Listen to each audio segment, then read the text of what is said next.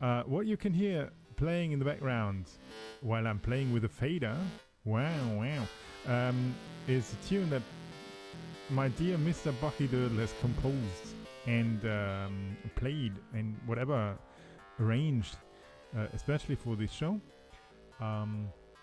Yeah, rave, definitely.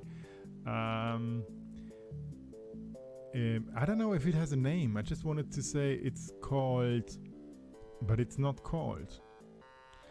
I don't know. It has no name. So this is the tune. Let's just Open simply. source music. Yeah. Source Hello, Ilana. Hi. I don't sound like myself, do I? I don't know. Have you ever sound different? I'm just turning down the music now. It's the open rave. Yeah. You sound okay, Ilana. It's all good. My vocal cords have yet to recover from Krakow. So, well, I don't want to take anything away now because we are talking about Krakow in the second half of the show extensively.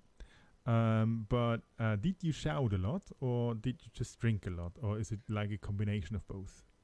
Well, first of all, it was very cold for my for my vocal cords, for my Israeli vocal cords. In addition, there was a karaoke, and karaoke also involved alcohol, and alcohol also involved screaming, and so have yet to recover. It's been like 4 days, I think. You have yet to recover. Yeah. But yeah, well, I am Krakow half is in. dead. That's exactly it, Tensor. You are absolutely right. I am half dead. I am indeed half dead. I half died at Steem Fest, and I'm now trying to come back to life. That's what's going on. Yeah. No. Yeah. Sorry, I'm just reading all these nice comments. The Austrian guy, my voice mixes with everything, and it blends just in it. It gives it reblending, And yeah, she's half dead, Tenza. And Luis, your voice is also gone. You were on Steam Fest as well, no? Is your voice? Yes, he was, and Rivals was as well. It is so awesome to like see names in the chat and remember faces. That Oh, is now I'm so so super awesome. envious. Ah, Oh, you have no idea. I haven't even gotten started. Crimson Clad is in the audience here. yeah. Crimini. Oh Oh, no. oh, oh, there were things. There were things. Yeah, I'm. you were indeed missed. Yeah, that's now giving me bad start. Well, anyways, we didn't want to take too many things away because we're talking about the Steam Fest 3 and Ilana's personal view on it and all gossip that you ever wanted to hear with all the guys and ladies in the audience in the second half of the show. In the first half of this social audio broadcasting. Oh no, it's not. Crap, Ron, I mixed it up again.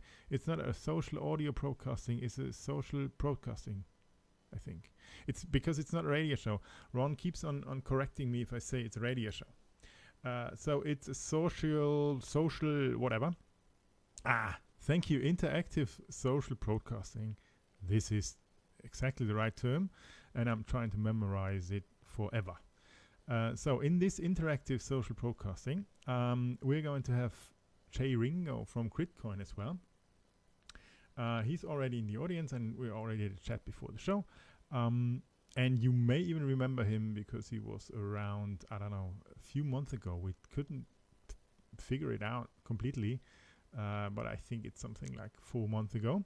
And they made some major improvements to Gridcoin, and he's going to talk about the new version 4.0 that they brought out just recently, and they also have some new projects whitelisted where you can contribute to, and they have a new economic model in the background working. So it's a lot of interesting stuff about a cryptocurrency, even though obviously today cryptocurrency is not, well, it's not the best day for cryptocurrencies. I don't know if you already took a look into the charts recently. If you didn't, Don't. just don't do it now. They are a bit red.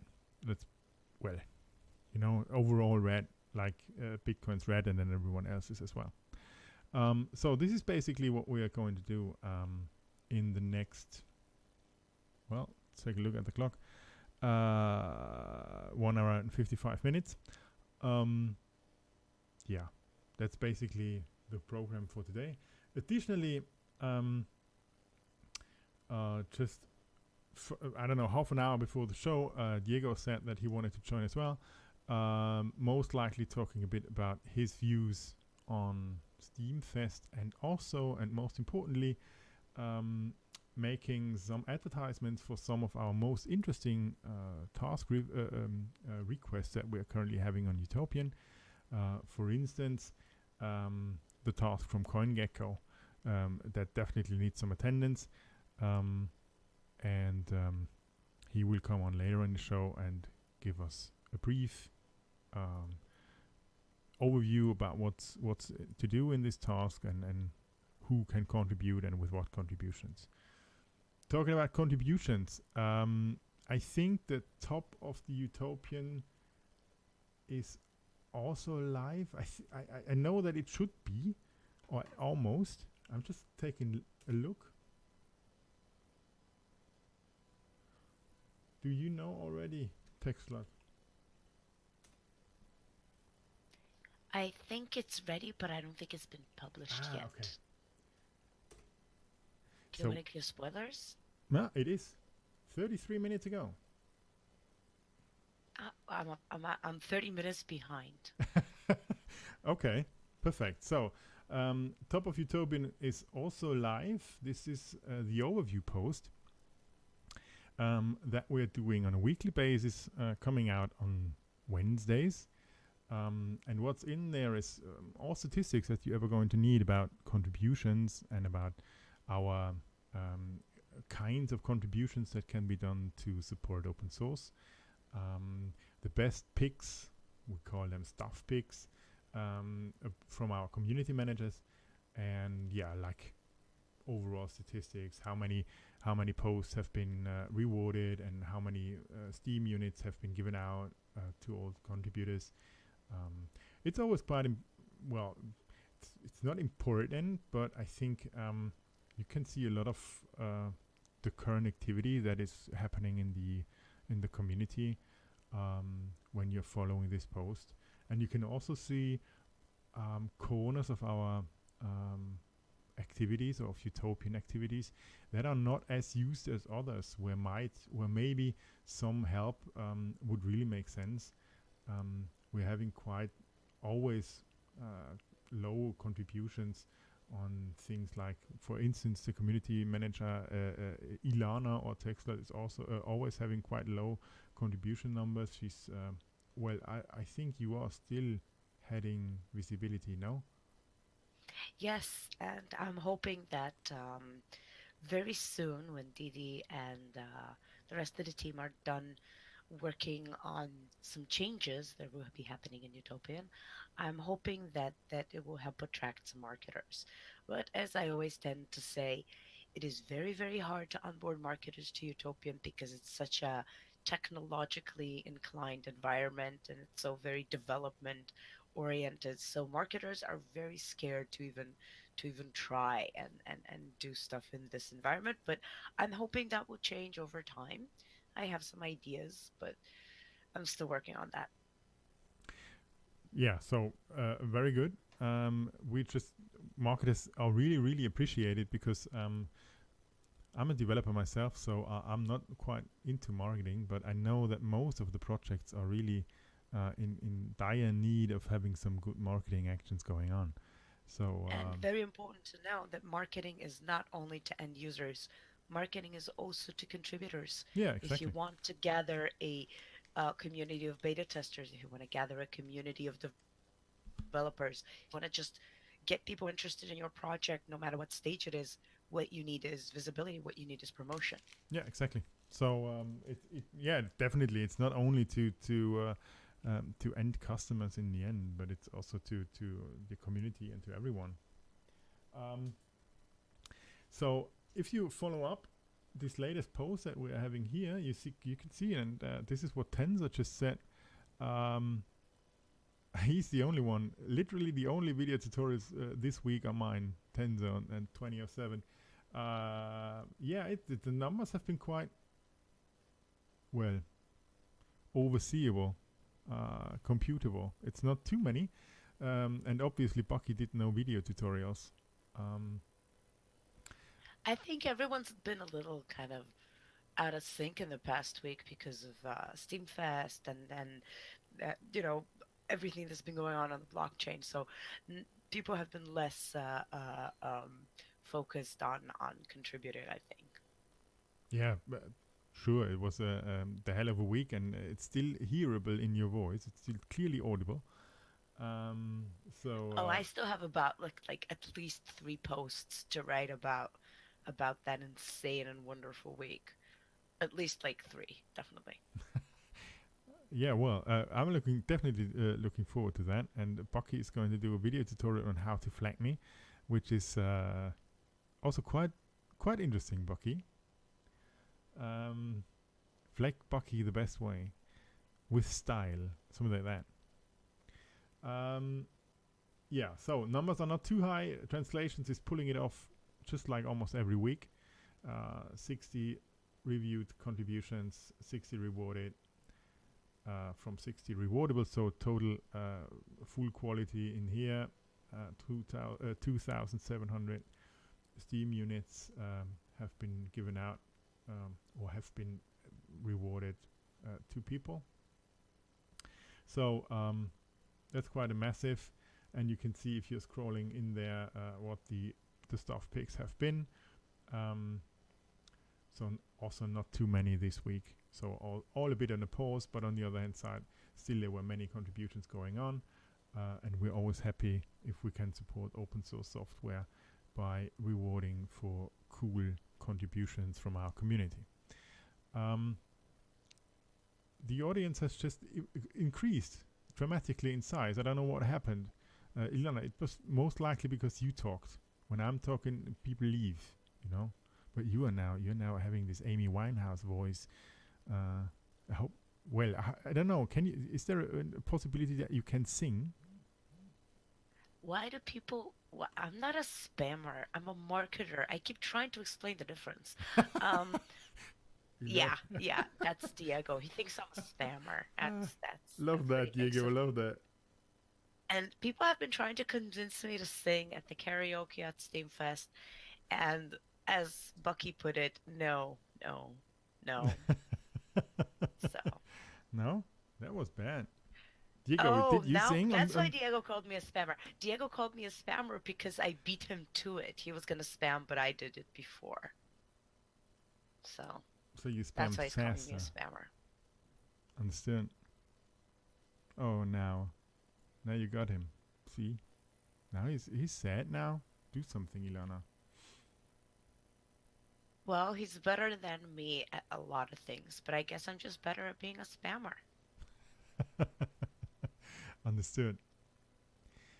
So yeah, that's about the Utopian, or the top of the Utopian posts in the week from the 7th of November to the 14th, which is today. So let's see how next week is going on. I think that we will have for sure a few more contributions going on. And we'll have. And I'm very much hoping to see contributions solving those task requests that we're going to talk about. Yes. The question is when. Diego, you have this beautiful studio down there in Italy where you live. Is it ready to come live with us on air, or do you still need to do some hammering and, From what I heard, it's perfect. Yeah, I saw even 1 hour. Yeah, it's okay for me. So Diego will come on in shortly after 9 o'clock in the evening Central European time. I don't know, and I don't give a care what this means in your own time, because time zoning is killing me, really. And then, then there are these strange Canadians that my calendar jumped an hour ago, claiming I'm supposed to go on the radio, and I was like, yeah, no, that's not an hour ago.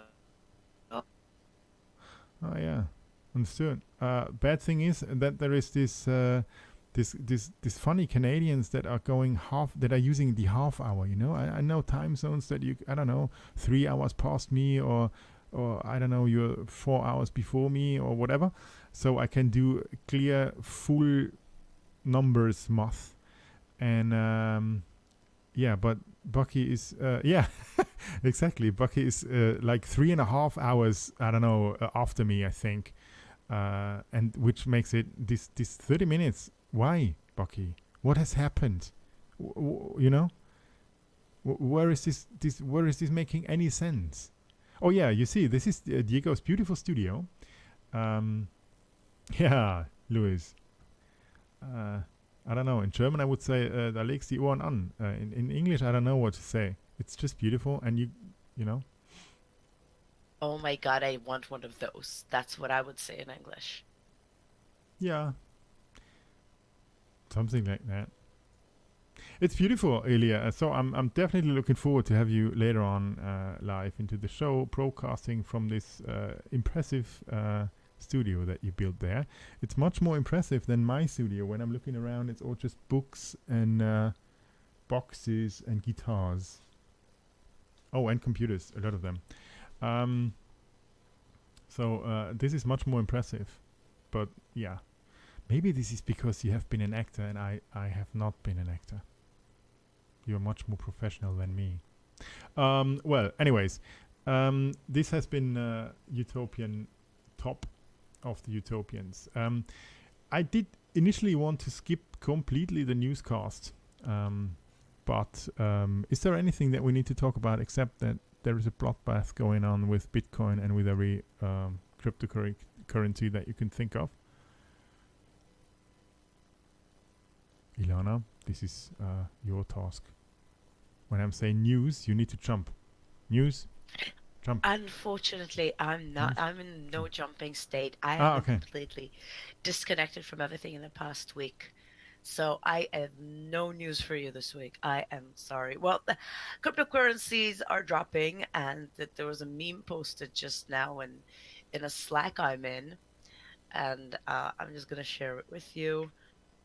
And that's pretty much what's currently happening to the cryptocurrency market.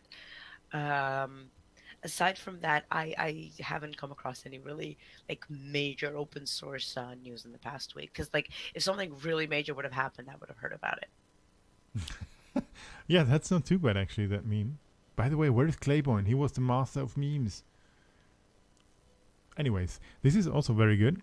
Oh really? Where is your wife in that picture? I don't see her, Bucky.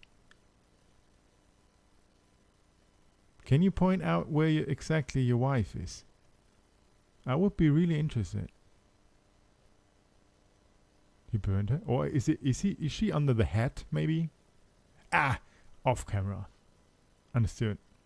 Yeah, that makes sense. And you are basically burning all your hard-earned money with cryptocurrency investments. Bad thing. Bad husband, Bucky. Bad Bucky. Well, anyways, so nobody exactly knows why and what has happened and whatever. This $6,500 mark has I don't know, held for almost a lifetime from a feeling point of view. Now it obviously doesn't hold any longer, and we are down to somewhere. Well, I can take a look if you want to, but it just gives me the creeps. 5,700. Harsh drop, 10% in bitcoins, and therefore harsh drop as well. And we were, anyways, from a Steem perspective, were quite low already with, I don't know, 70 something, and now we are in 60 something. Well, dollar cent per Steem. So yeah, we're just again doing the same moves that Bitcoin is doing because we're somehow pegged to that. Only question is how bad it will be and if this pegging is ever going to stop. But yeah, Christmas coming up, rivals. Maybe this is the case. Some big whale, I don't know, wants to buy a yacht or I don't know, a new castle in southern France, and therefore dumped I don't know how many bitcoins. No, you did not miss much. Free tissues, and we're happy that you're around. I'm anyways happy that all of you are around. Last week, we were a bit...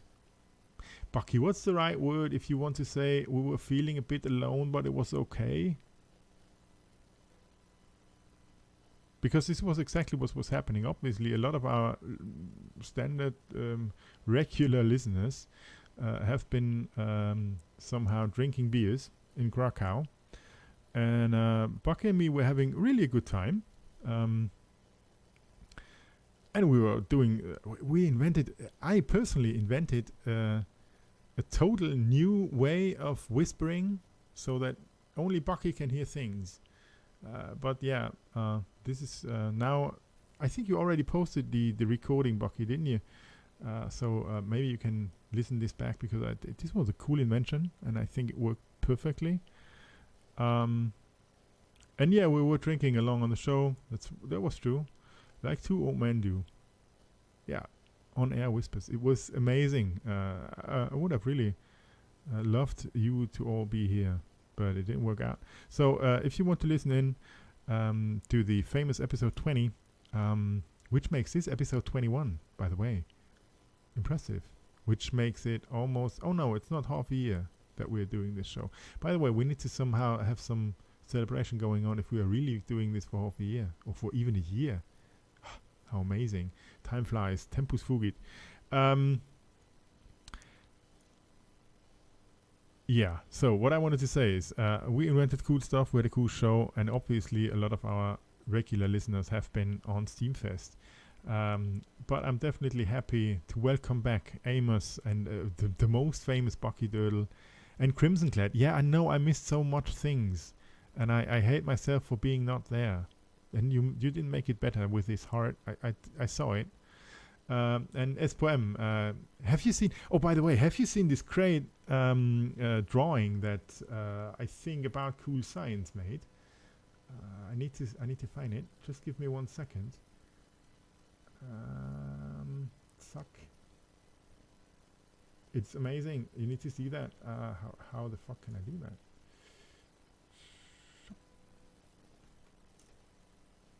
F-bomb dropped. I just like. Yeah. Thanks a lot.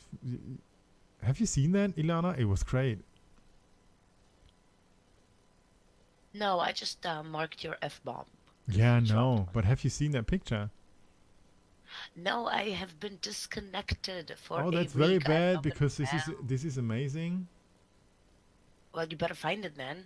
Yeah, it's already there. And it is definitely hilarious. SPM. It is, because it shows so many things. Oh, that picture! Oh my God, that was brilliant! It shows so many things that are so true. Because like that, where's the Eliar? And that expression on my face. Yeah, I don't know. I have no idea where he is. Not a clue. I don't know where he is. He's somewhere. He's somewhere doing something important. I don't know where he is. Yeah, that was perfect. Yeah, and it took up a lot. Like he was there, you know. It was amazing. Yeah, absolutely. Yeah, because this was for sure exactly the way it happened, and the way I remembered it was because I wanted to create SPM personally, and then I thought, yeah, he can really walk on water, and then I saw this. I had this picture in my mind, you know, and if you can see SPM there walking on water, he really did it in Italy 2 or 3 times, I think. And hi, Flugschwein, even though you cannot hear me right now. Hi, Free Tissues. Hi, Gray. Hilo, how's witnessing doing today? Is everything good? We have been. Oh yeah, water into wine. Oh, this was amazing. Yeah, he did that once or twice. It was really cool. For me, it was cider, because he knows I prefer cider. He turned water into cider. Yeah. He can do a lot of things. It's like when you're pulling on one finger, then he does cider, and if you're pulling on the other one. Just like some, you know, some config stuff you got to do there. Hilo, how is witnessing doing? I saw that we have been climbing stairs a lot, and if you don't know, Hilo is having his own witness, and he's also caring about the utopian witness, and I think that we are still on place number 16 or 17, so we are actually not a backup witness any longer, but we are one of the consensus witnesses. Is this still true, Ilana?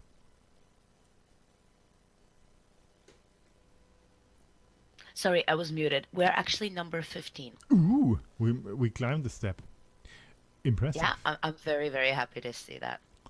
Impressive. So no backup witness any longer. Consensus witness. Obviously, If you number listen fitting. to my presentation, I'm pretty sure that one of the things I said is currently ranked 18, but I hope to see that rise by the end of this It did. talk. I'm not sure if I actually said, but I hope I did. It did. Obviously. So amazing. This is really amazing. Because I just saw it and I recognized it, and because I was scanning through the witness list, I was searching for the people that I know, and I thought, hey, where is Utopian? Because we were always somewhere around 20 going in the consensus and out, and then I went up and up and up, and I thought, hey, where is Utopian? Did they turn it off or whatever? And then I saw it at 16. It was quite amazing. So very good job at networking, my dear Ilana and Diego and everyone that helped, because this is great. Mostly Diego. Yeah, this is really cool. So hey Hilo, hey Humble Beaver, and I Like Chocolate, and Jay Ringo, who's going to be on the show in a very, very short while. Hi Knowledges, how you doing? Yanni Brockstein, is this? Oh yeah, Yanni, maybe. Loaded, Lord Nero, Louis, and none so right. I'm sorry if I do pronounce anything not correctly. I'm really sorry. Hey, oops, Fake 93, Ron, Rivals, Soundwave, Soden, Tenza, the Austrian guy, my special Austrian antagonist, and W Max. Hello to all of you. I'm really happy that you're all here. Now I will bring. My English is better. Your English is better than mine. No, it's not. I cannot even exactly deduct what you want to say to me, actually. But maybe. Say about. I can say about, and I can say about. But I cannot say about like you do. I try to, but this is seriously not possible for me. About. Out and about. There is some U sounds in it. You don't even have that vocal that character in your alphabet, but it's still there. Canadians are very flexible, obviously. Hey Jay Ringo, I'm sorry that I introduced this in this strange manner. We are going to talk with Jay. Don't worry about it. Yeah, you are Austrian as well. I know, Flugschwein. Sorry. So, with me live on air now is Jay Ringo from the Critcoin project. He's, I don't know what exactly you are. So you're part of the community and you're posting a lot of these Critcoin dailies and state of the networks and whatever. So, you're just very into the topic. And what happened recently is that Critcoin has went live with their wallet 4.0, which is quite a major release number. So this itself would give us a lot of things to talk about. Sorry. And yeah, I'm trying to at least do this one about thing because I cannot do anything else. Yeah, basically what Critcoin is doing is it's rewarding the donation of computational power to scientific projects. This sounds very complicated, but it's not, basically. Maybe you have had this screensaver from how was the project called? SETI, S-E-T-I, the Search for Extraterrestrial Intelligence. They had SETI at home. Exactly. They had a screensaver back in the 90s, and I think they still have, where you could have analyzed radio waves. Well, let's make it very basic. Analyze radio waves if there is some resemblance to being an extraterrestrial radio signal. So you could really see this going on live on your computer while it is analyzing these data packages that have been sent to it. So, and they send it back. And what Critcoin is in the end doing is rewarding the computational power, or the sum of computational power that you're giving there. So this is just meant to be a short introduction. And for sure, Ringo knows these things much better than I do. Hi, Ringo, how are you doing? Hey, I'm doing good. That was actually a pretty perfect introduction to what. Well, thanks a lot. I have been with Gridcoin for quite a while as well, personally. And I even wrote a few articles about it on Steam. Yeah, I remember. Yeah, but I'm not well. You know, Tempus Fugit. Oh yeah, there it is. Oh, but that's already the new one. There was a much older looking one. This is fancy. Yeah, exactly. There's too many colors. We've for had this conversation before. Yeah. Oh yeah, we had this conversation before, definitely. But obviously, you're listening sometimes, Ilana, which is making me a bit proud. I actually listen in pretty much all the time. I just only add something when I have something to add.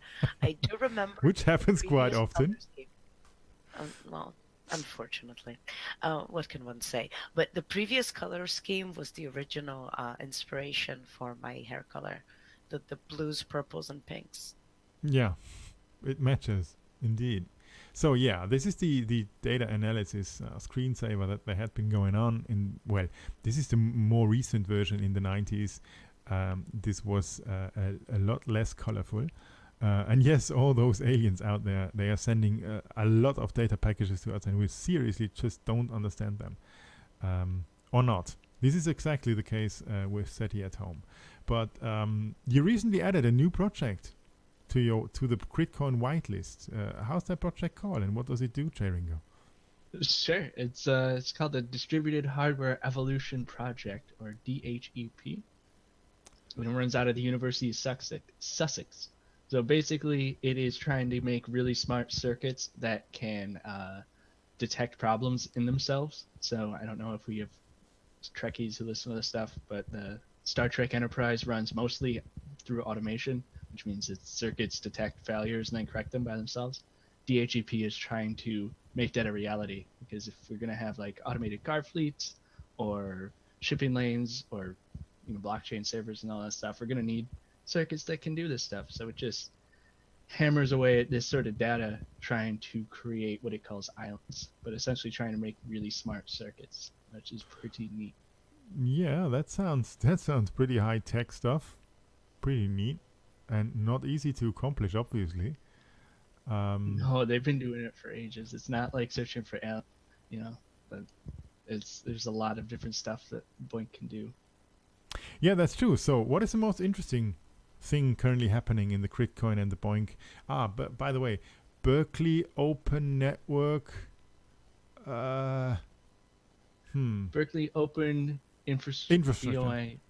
Infrastructure for network. Something like that. So this is Boink. If we're talking about Boink, this may sound funny, almost as funny as if Bucky tries to say about. If we're talking about that, we mean the client is called Boink. This is really the program that is running. By the way, you can run this on handies and laptops and whatever. It's just not as effective as if you're running it on decent computer hardware. So if you're having this app has the name Boink. So if we're in this, I don't know, program call anything Boink, then obviously we're talking about that app or program that you're running in, and that is computing in the end the data packages that are being sent to it. Yeah, a little bit about Boink really quick. It came out as SETI from the 90s, from that screensaver, right? And it developed out of Berkeley, and it turned into this giant infrastructure that hosts dozens and dozens of different data analysis projects, like SETI, like DHEP, and there's other ones that one of them comes from the LHC, Large Hadron Collider. There's a project where you can crunch data that comes straight out of the LHC and help discover new particles or analyze them. There's one that comes from IBM called World Community Grid. And that one has a bunch of sub-projects where you can like crunch data that has to do with climate change, has to do with curing Ebola, folding proteins to find cures for cancer. There's some that are purely mathematics, so there's some that look for prime numbers or try to solve the coalesce conjecture. Oh yeah, prime numbers, exactly. So they're completely, these projects are completely different in their aim and their target that they are pursuing. No, so one is about, I don't know, curing cancer, and the other one is about finding prime numbers. How much different? Or this is very different. Let's put it like that. Right. But nevertheless, Yeah, so and you can decide in the end what you are going to do, or is it who's going to decide to which project yeah, you're contributing? you get to decide what you want to do. You can work for whatever project you feel closest to, or you can try and optimize your hardware to get the most grid coin per project, because there's some optimization stuff that goes on in the background if you really want to get into it. But for the most part, you can just pick whatever you want to do and crunch it. And like you said, you can do it on a cell phone, a laptop, a computer, anything like that. I did it on a cell phone once, and I maybe have a bit. Up? Yeah, no, it didn't blow, but maybe I did a bit too much. So this Boink client or the Boink app, you can really exactly determine how much CPU power you're going to to donate, and you shouldn't go, I don't know, beyond 80 or something like that, because especially mobile phones will get extremely hot, because they do not have this, or at least normal ones do not have a very good cooling unit. So just don't over exaggerate by doing that. Definitely heard some horror stories about some batteries getting a little bigger than they should have. Yeah, exactly. Yeah, so this is what's happening, and you have just recently published version 4.0 of your wallet, and you also said that you have some changes in the economic model. So what do you need to do to get actually Gridcoins? Is it really enough to install a wallet and install this Boink client, and then you're good to go? Well, that's one of the cool things about Gridcoin in this whole crypto ecosystem, is it has two incentive structures. You can earn Gridcoin by doing the data crunching through Boink, or you can stake just like any proof of stake coin. And the new economic model that came out with 4.0 is what we call CBR, constant block reward, where every block you stake, you get 10 Gridcoin. So this has raised difficulty on the network, so we have a more secure network now.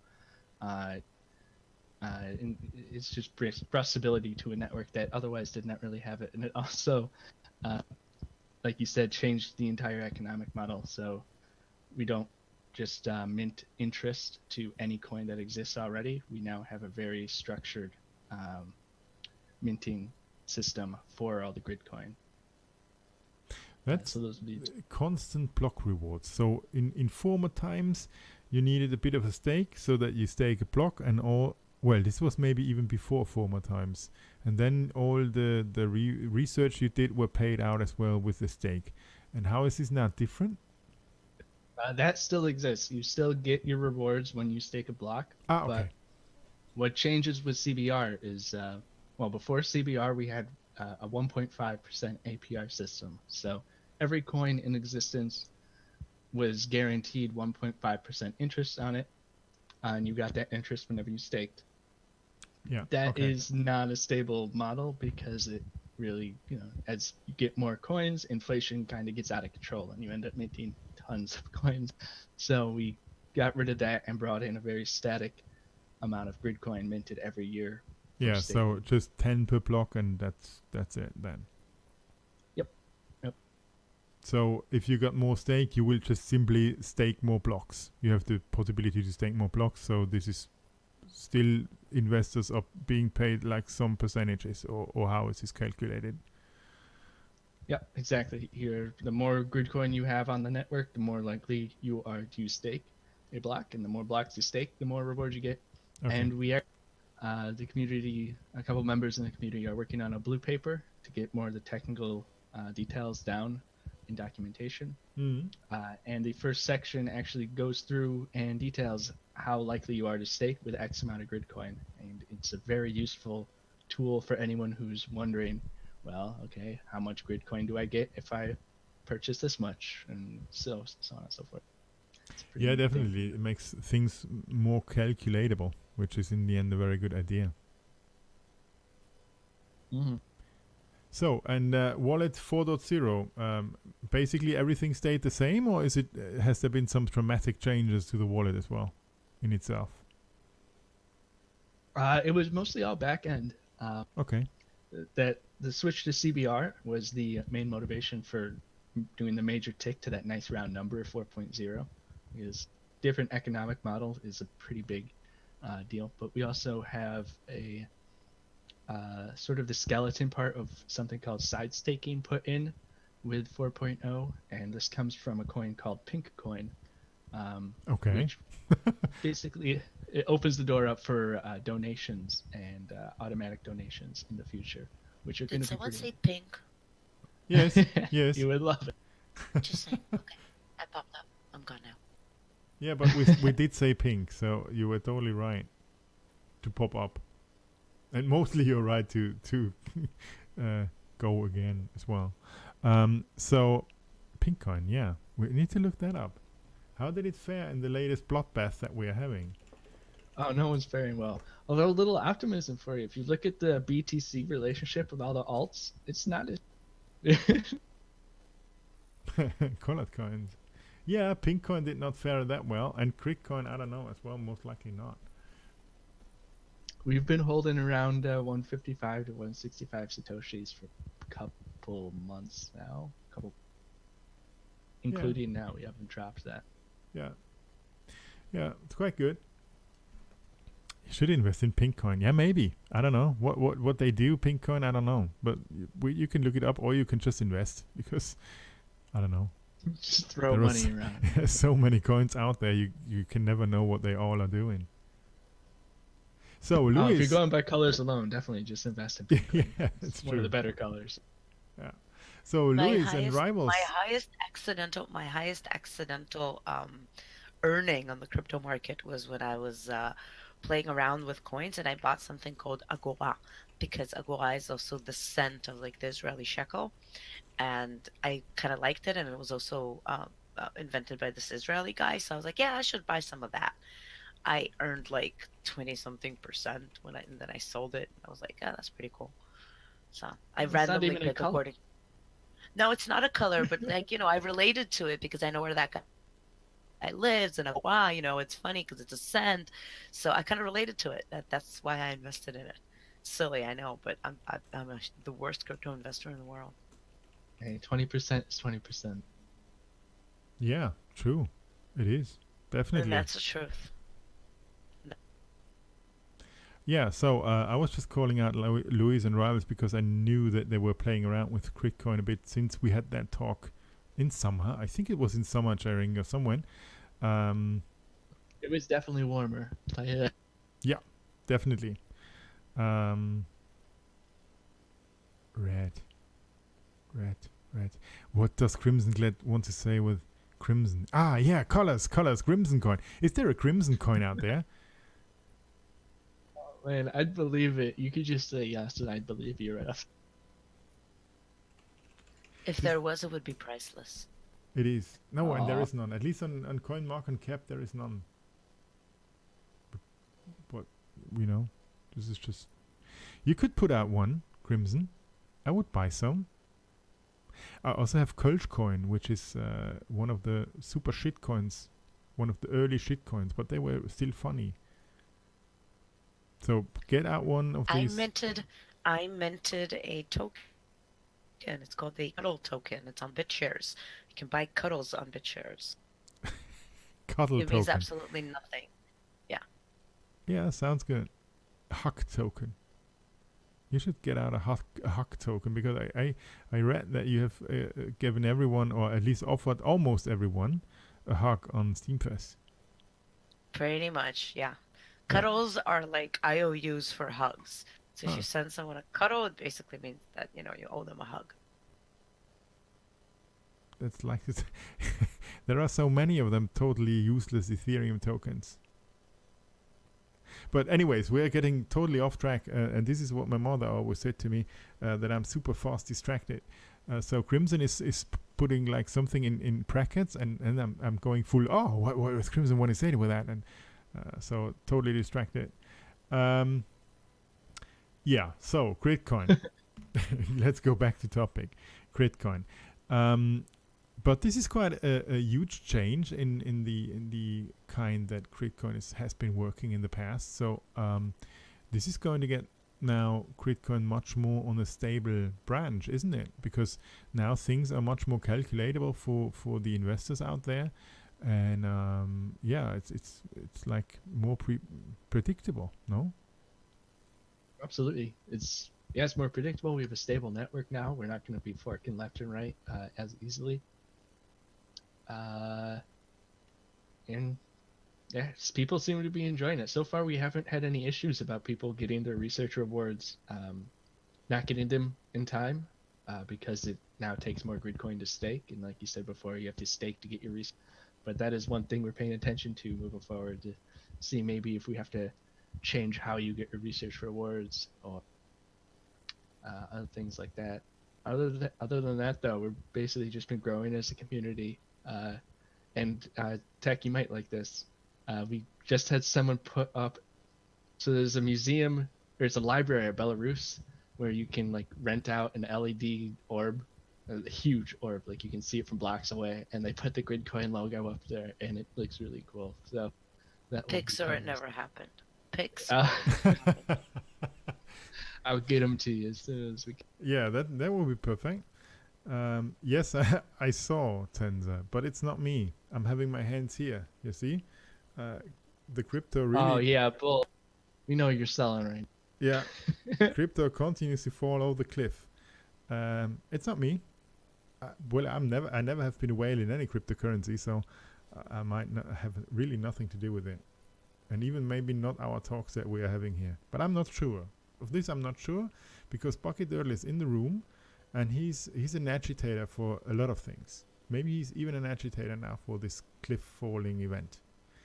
But I don't know. Out and about.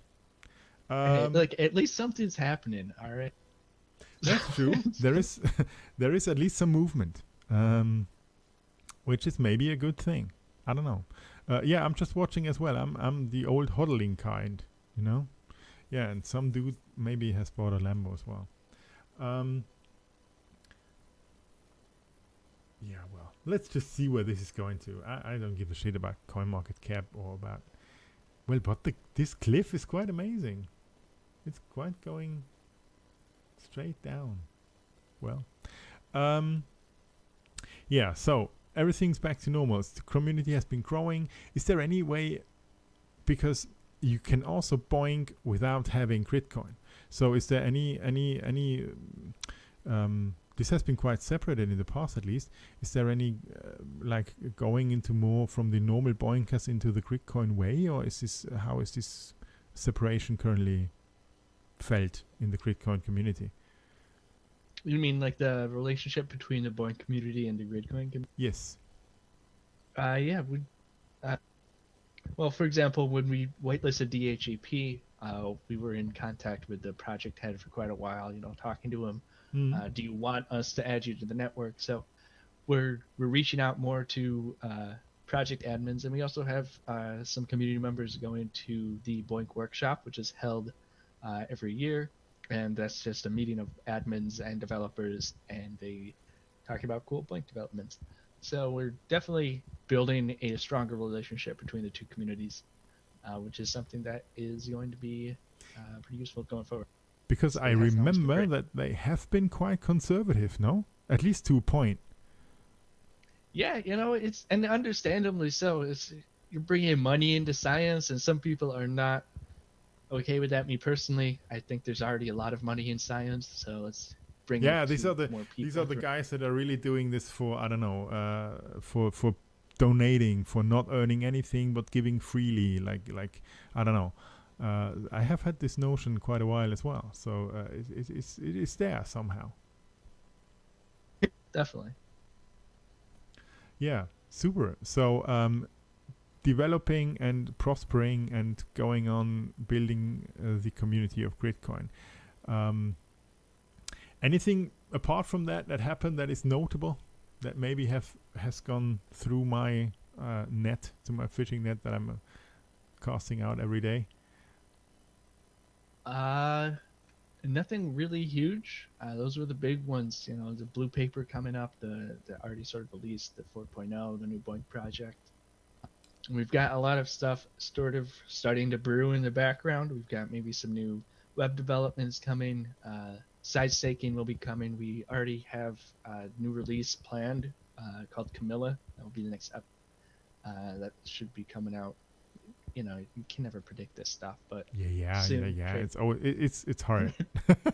we have some kind of soon TM as well in the utopian universe, because we are talking about the version 2 of our front end that is coming out soon. TM.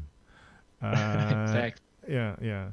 Here you see Humble Beaver likes the CritCon research wallet. I do myself as well, because it's really very clean. Oh, Diego, we do have a deadline. Really?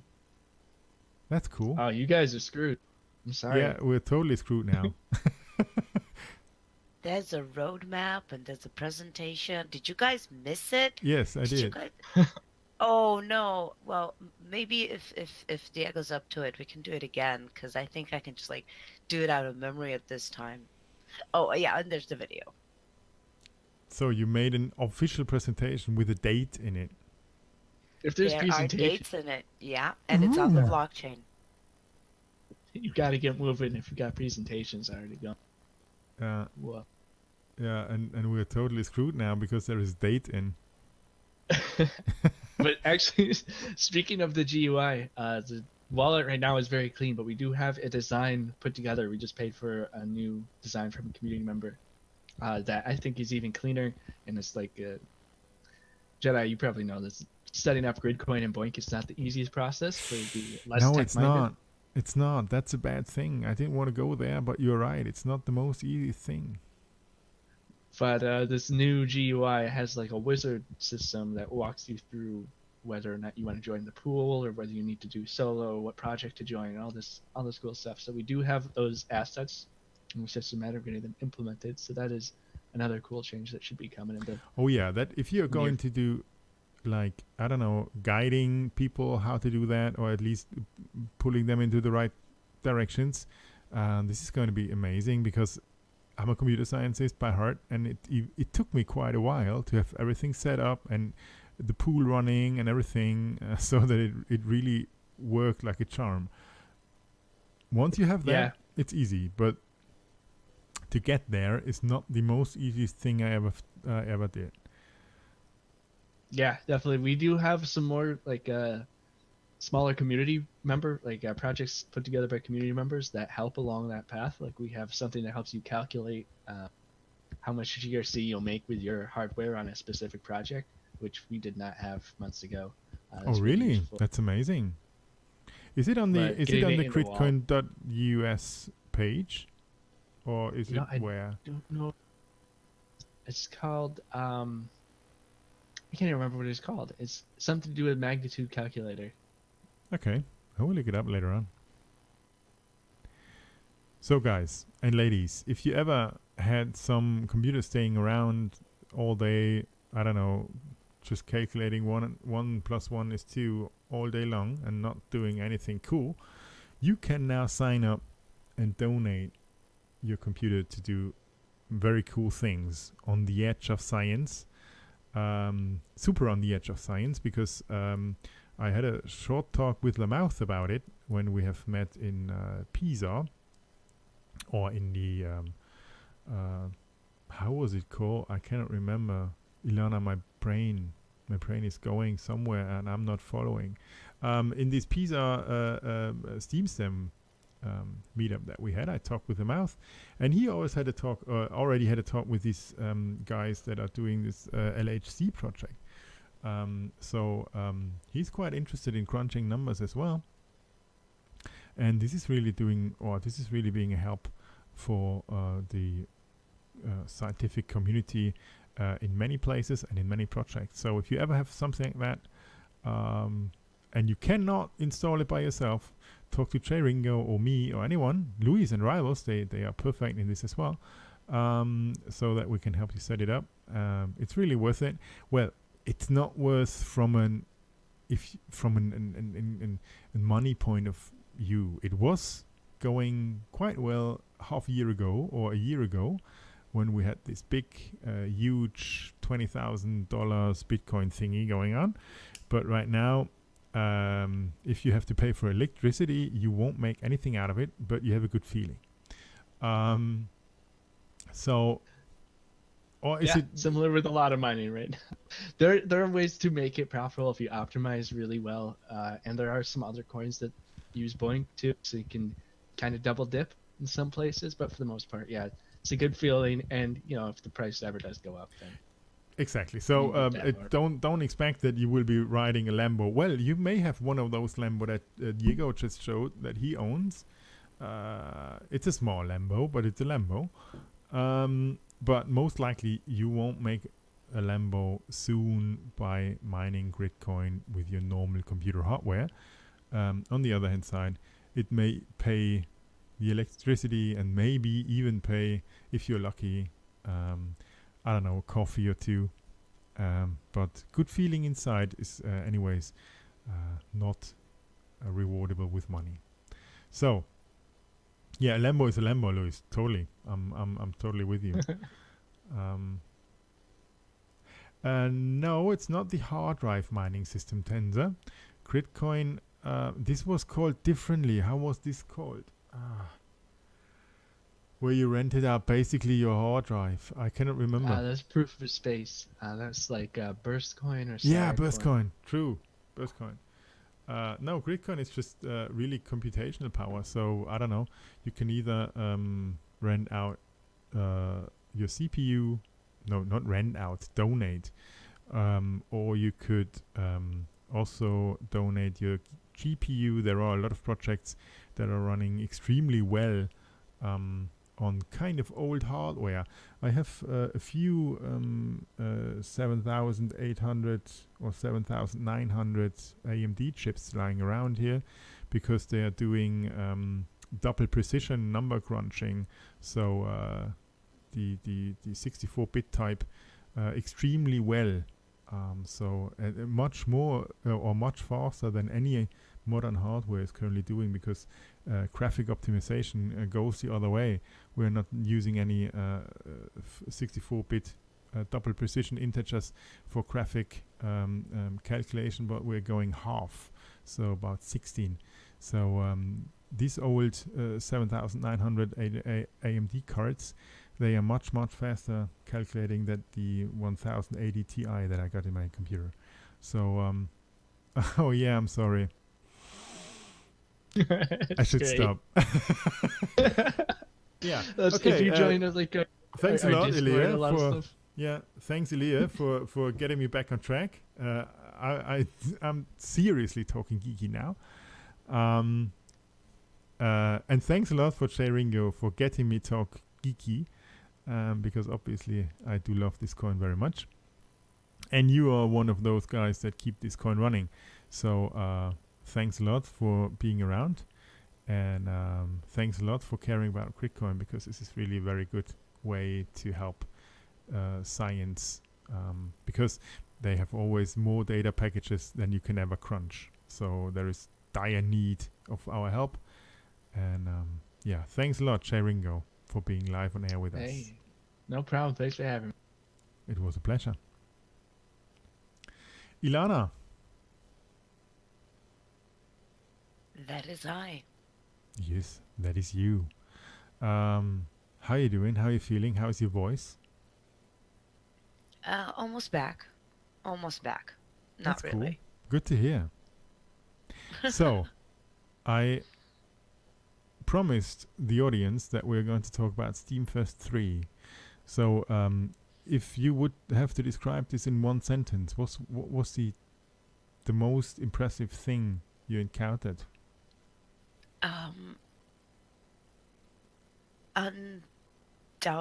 Undoubtable proof. Wait, I'm trying to form a sentence. Yeah, form a sentence. Undoubtable Should I get my proof. coffee then, or my tea? Because it's, Alcohol, get alcohol. Undoubtable proof that this blockchain has the most amazing community out there. That is my summary of Steem Fest 3. That's I not think bad. there's Do you know how many people were attending? Has it been better than over. Steam Fest 2? I think it was around 350. Well, this is quite cool. I think that Steam Fest 2 was something like this as well, but I don't know exactly.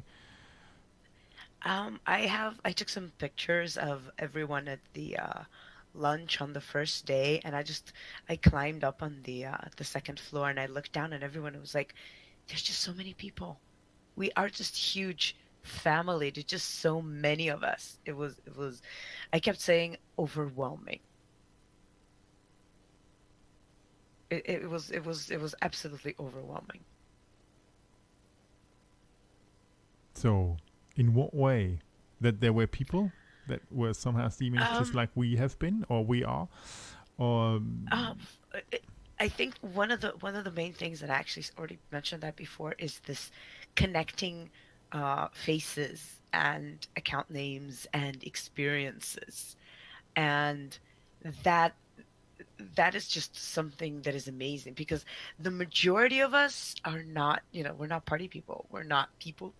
We just like to sit in front of our computers and make, most of our communications is online, and we're all, sitting in our little comfort zones, then and then we come to this one place where we all kind of share this hallucination, this unique perspective. And so this, and also the versatility and people from all kinds of locales and countries and directions in life. And there was people living in their truck with their dog, and there were people who are traveling the world and don't actually have a home. And um, Diego claims to have memorable experiences. Now, I don't know how he managed to have anything memorable, because I remember what rate he was drinking at, and like all I remember is Diego in the morning with like this hungover look, looking for a source of hydration. Um, Diego, I love you, but you got plastered. I don't know how you managed to remember anything. You got plastered every time, and I love you for it. Um, so yeah, and I got just as wasted. I got like, it was like I was in my 20s again. I really well, you are in didn't your hold 20s, back. in the Oh middle. yes, that. Um, that was a photo by Rodrika. We did not have a utopian bowling team because we are very good at lots of things, and bowling is not one of them. And that photo with that expression on Diego's face, I think, is like one of the best photographs to come out of that specific evening. Yeah, that's Yeah, really impressive. Cool yeah, that meme. expression though, that expression, and I just I think this needs to be captioned and just like saved forever.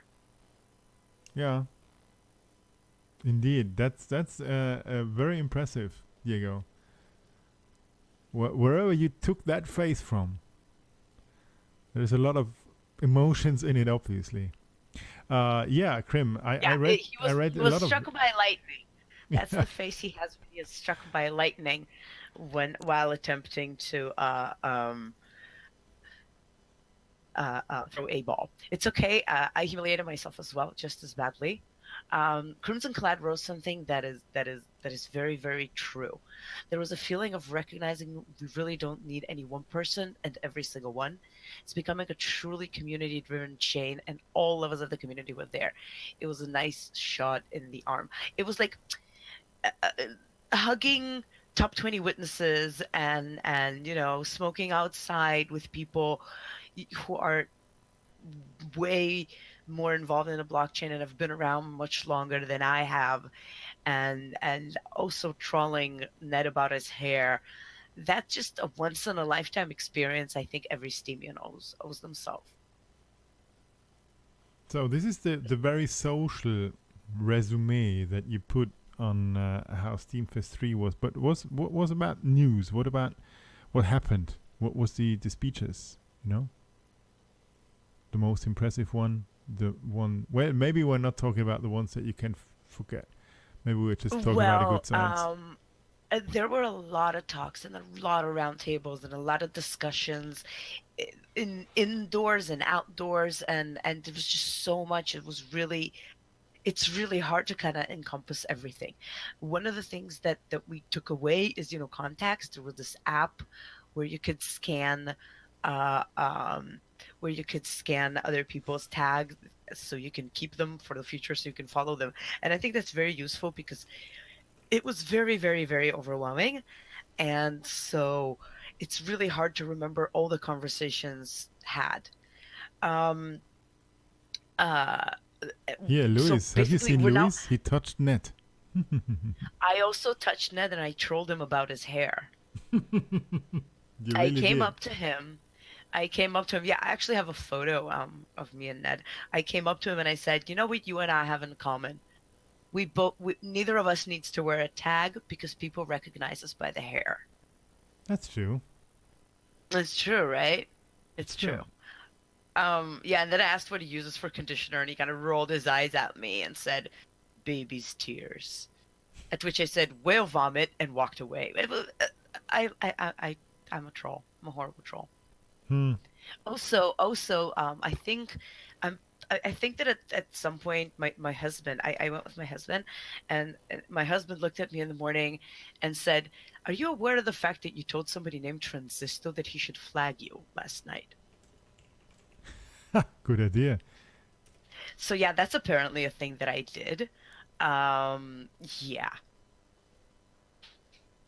Well, I think that for me, the most exciting thing, of course, was the presentation about like the utopian presentation, which Diego and I made sure to practice in advance, and I think that it went wonderfully.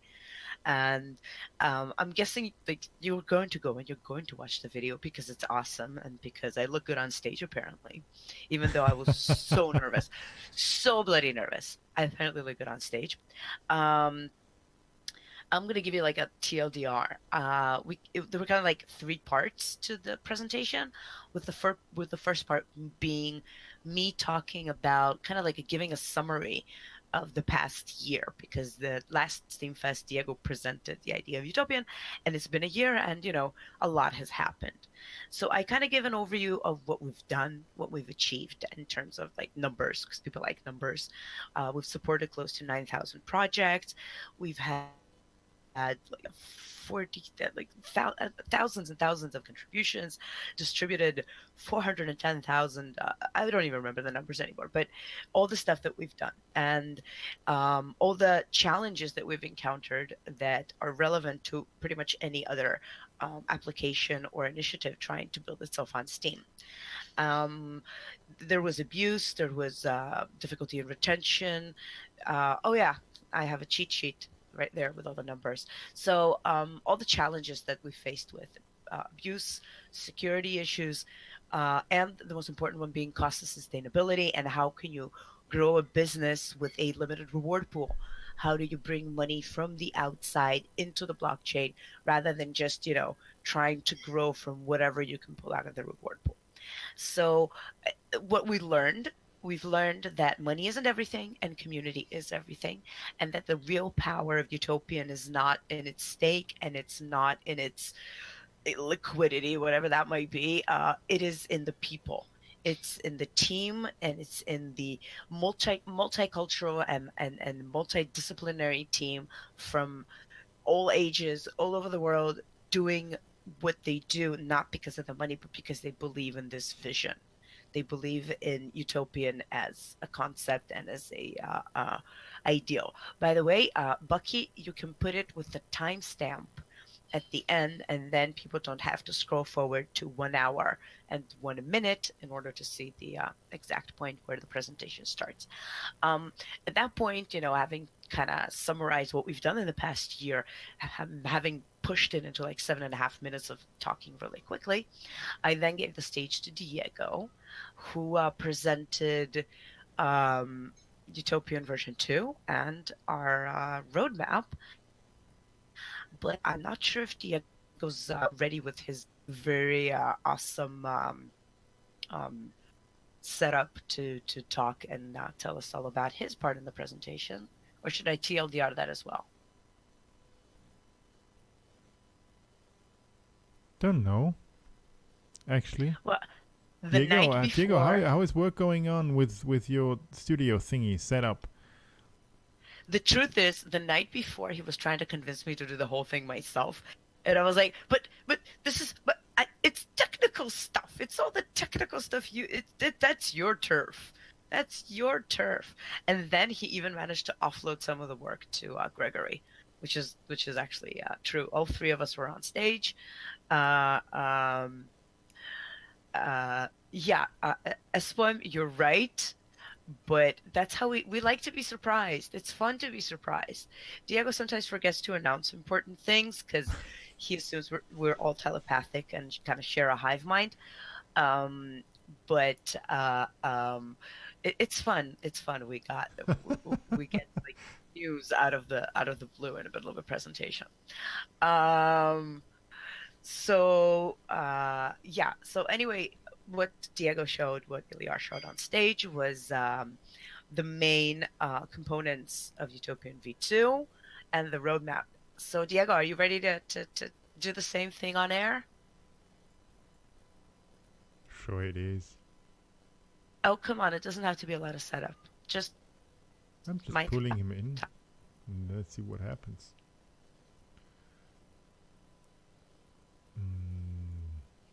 Ta-da! And he's gone again. I didn't pull him out. I think he escaped. I think he escaped. Yeah, anyway, so you got kicked out. It wasn't me. It wasn't me. It wasn't swear me. it wasn't. Ron, Definitely. you shouldn't kick Diego out. Can you hear me now, guys? Oh yes, we can, and it's totally loud and clear. Maybe even all right, too thank loud. you. Too loud? Yeah. No, don't worry. Don't do anything. Don't do anything. Okay. I'm doing it on my end. It's all good. Okay. Yeah. I tried to convince Ilana to do my part because the night before the presentation, I was really freaking out. I mean, I've been acting for 10 years, but it's been 10 years that I don't get on stage. So I was really, really nervous. And yeah, but then we tried for like 2 hours. And then I felt confident enough to try it out. And the weird thing is that when I was on stage, I was very calm and quiet. So it went really well. Yeah.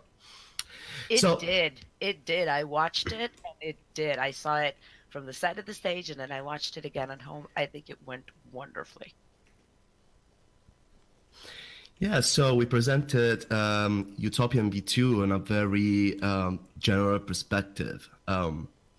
So basically, we introduced the main functionalities of the project. That would be knowledge sharing and the decentralized bounty exchange baked by our professional quality assurance. And I'm quite excited for that. I got really positive feedbacks. The hard part of the presentation was, of course, the roadmap, as we had to shift our deadline quite a few times during our journey. But we finally have a date. And really the reason why we finally have that date is because we chose a very great team. And I have to say thanks to Gregory Latinier, our recently added CTO. He's very well known on Steem for being the guy behind Steem Connect, along with Fabian and BZ.org. He joined Utopian more or less 3 months ago. And yeah, he cleared up all the mess. He tried to fix the conceptual work, trying to split the work into specific tasks for our team of developers to start working on them properly. And he actually just released 3 tasks for the community, since we want the community to help us out and to contribute to the completion of Utopian. So we want to release Utopian by early April 2019, but since Utopian is open source and our team is quite, not that big, I believe we can do that earlier if the community will help us. Doing the work faster and completing the tasks. So that's why we're trying to load bounties for them. And I got these 3 tasks down here that I just pasted in the chat. They are rather simple tasks. So basically, all the upvote value that you see on those posts will be sent as liquid Steem to the task solvers, on top of getting the upvote value if they will publish the contributions via Utopian as soon as the code has been merged by our development team. And yeah, please look there. The Utopian v2 is being done with Vue.js and the Quasar framework. We got Gregory, our CTO, as I mentioned before. We got Icaro and MS for our development team. And we're lucky enough to have Daniel Thompson, who is one of the creators of the Quasar framework. So I can't really think of anyone else better than him to code a Utopian v2 with Quasar. So our team is super, super experienced, and it's really a great experience to work with these guys. So please get in touch with Gregory, and he will make sure to guide you throughout the progress.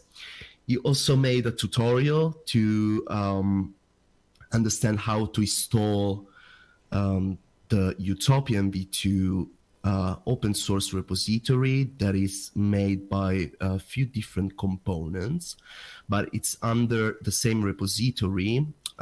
So you can basically just clone it and you will have it running. And let me just paste it here. Yeah, so if you want to have a look there, that's the complete tutorial to understand how to contribute to Utopian v2. That's very cool, and I already saw that one of the tasks, I think it was the project module, has already been taken by Ismael. Yeah, it was the latest, or the third one of those has already been assigned to Ismael by Gregory. The other ones are not taken yet, I think. So if any one of you is out there quite fluent in JavaScript and maybe even in Vue.js, then this is for sure a perfect way to support Utopian itself in getting out or in resolving those tasks, which is very cool, because then you can directly have an impact on Utopian version 2 as well, and you're part of the soon TM that we are creating. How about we rewrite Utopian version 2 in Python? Yeah, I could help in Python, but I'm seriously no good in JavaScript. So I can sadly not take any of those tasks. But Nothing is Magic, which is the guy that Diego just referred to as being one of the creators of Vue.js. He also is quite a lot helping, and even thought about giving Amos and me, by the way, a video tutorial about how to write things in Vue.js. Maybe he's doing that publicly so that we all can learn. No, it's Quasar, but Quasar is based on Vue, so it's not that far away. Yeah, Quasar is mentioned as the second most important framework for the Vue.js ecosystem. So. Yeah. It's quite a great thing. It definitely deserves a look, yeah. Yeah, it definitely does, and it is easy. As far as I understood Quasar, we had Nothing is Magic here, I think, a few weeks ago. And as far as I understood Quasar, you can have easily apps as well directly out of this framework. It's not just this normal JavaScript one-page websites, but it's a whole framework with very, very cool tools in it. Yeah, and the cool thing about Vue.js is that it's a community-driven project. So we are really trying to make Utopian as best as we can. Also to try to get in touch with the big guys under the Vue.js project, and trying to let them know about Utopian, about Steem, because if we can get them interested into our ecosystem, that would be a huge win for every one of us. Yeah, totally. But now that we have you live on air, and you already talked about a bit what Utopian has presented on the Steem Fest. By the way, how was the reception? Did anyone directly talk to you? Was there any questions raised after the speech? Well, yeah, there were a few questions. I mean, it was quite clear to everyone that we're going, also because it's basically the result of the work that we've been doing the past year. So there is really nothing new, just better, and just turning everything into a product that works. By the way, I'm trying to give more details about Utopian V2 in little steps. That's why I created a format that I named Utopian Pills. That's not a drug. It's just, yeah. Well, not yet.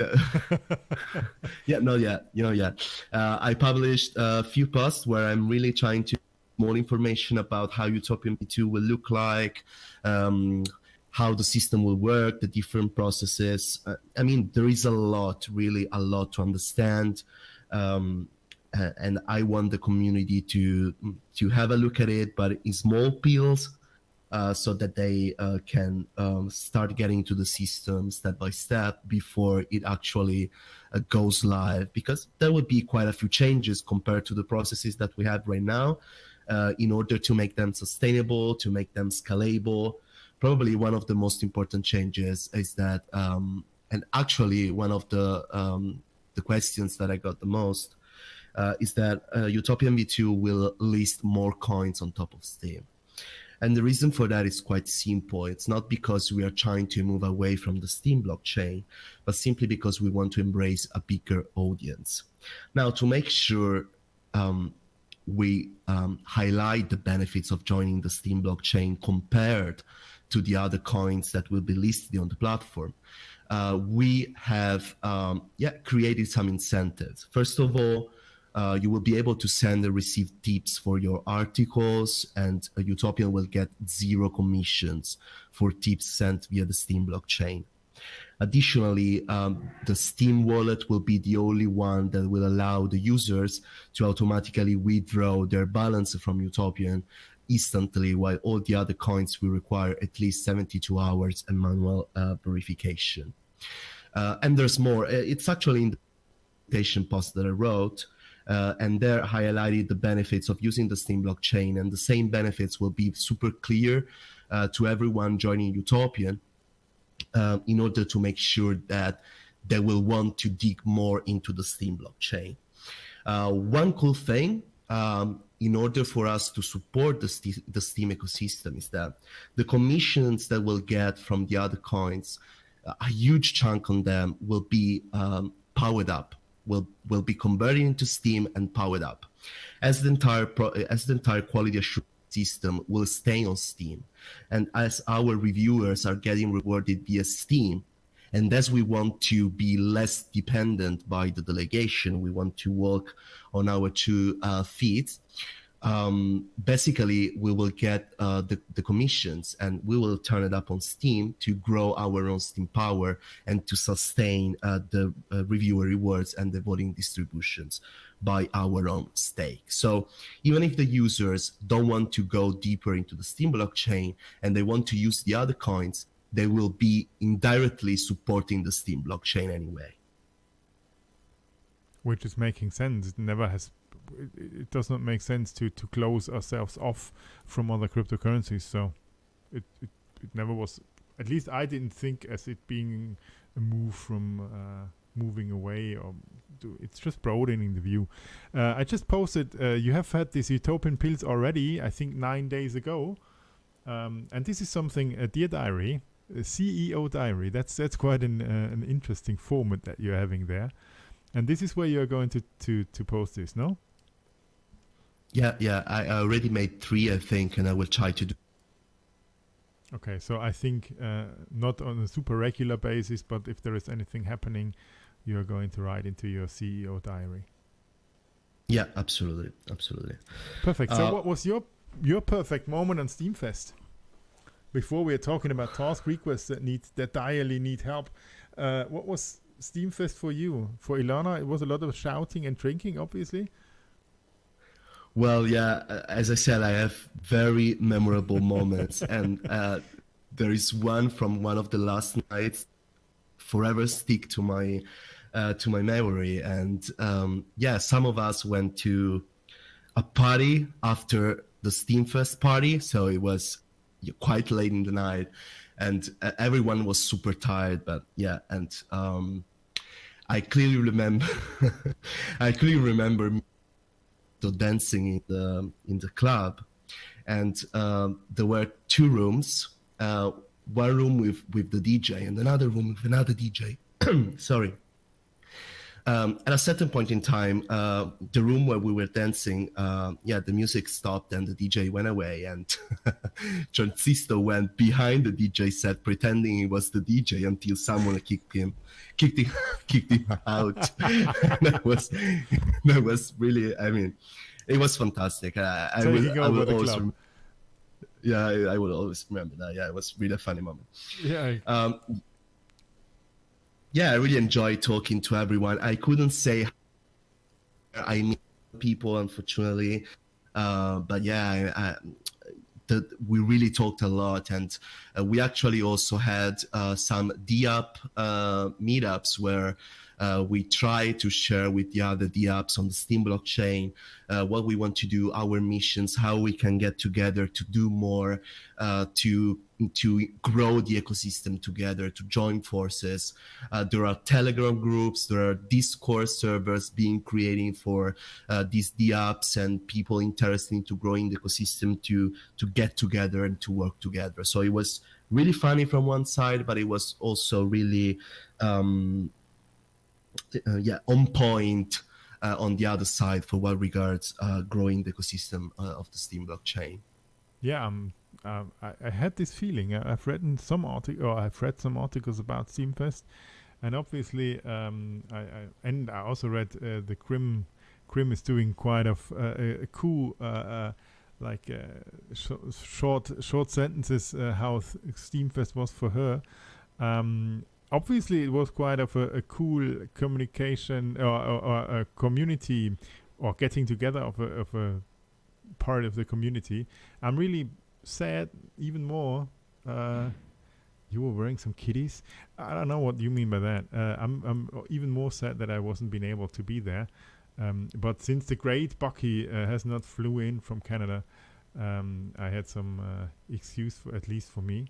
But talking about task requests that are in dire help or that needs at least a bit more advertisement. You have written to me that you have one task request that you want to promote a bit. I think it was CoinGecko, no? Yeah, exactly. As you know, CoinGecko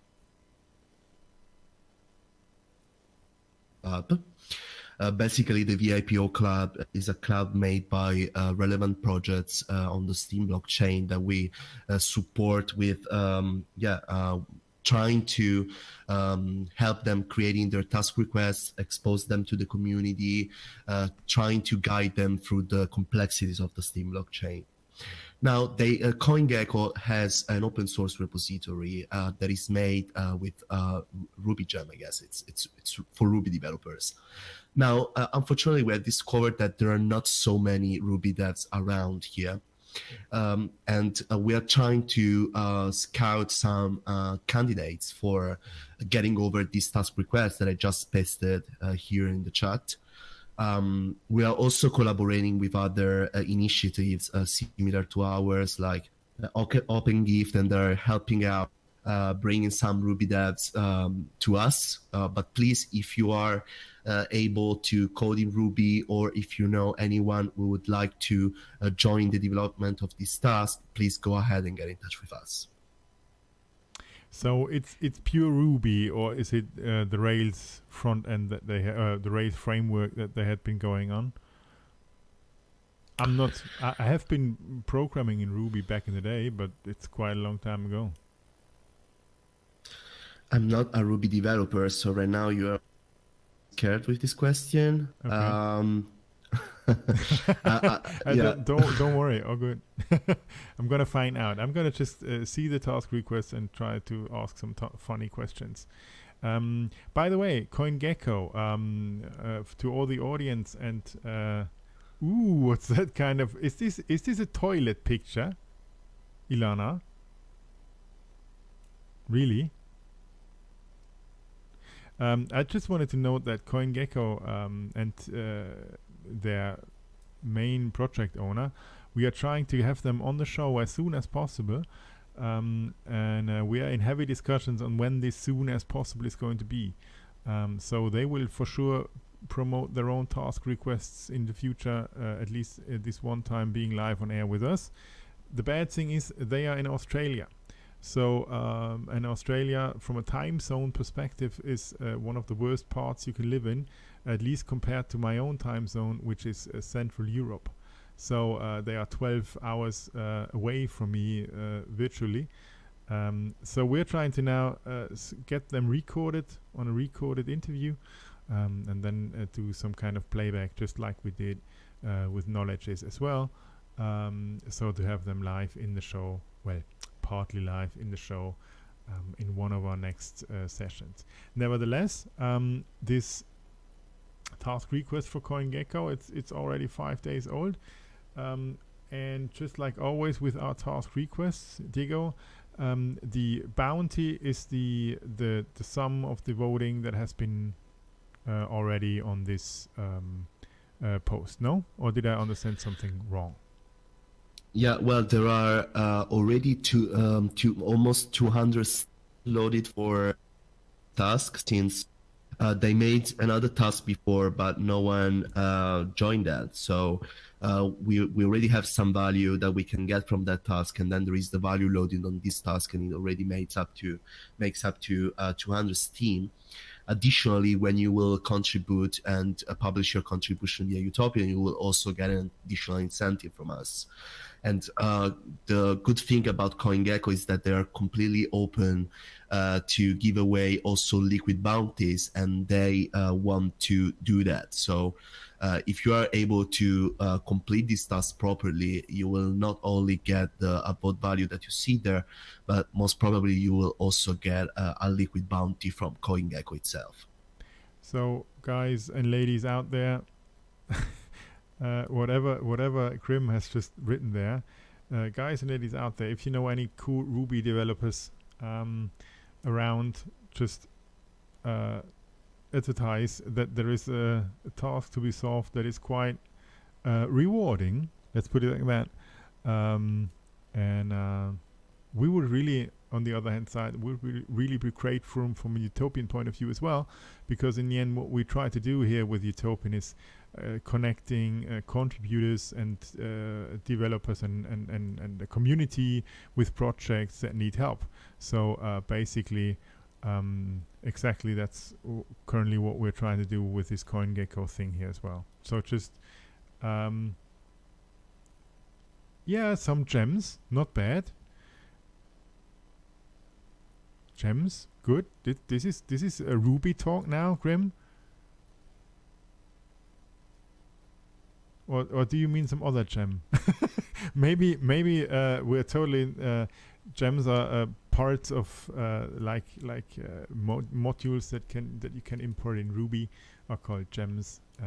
In Python they're called modules, and I think in every language they call it a bit different.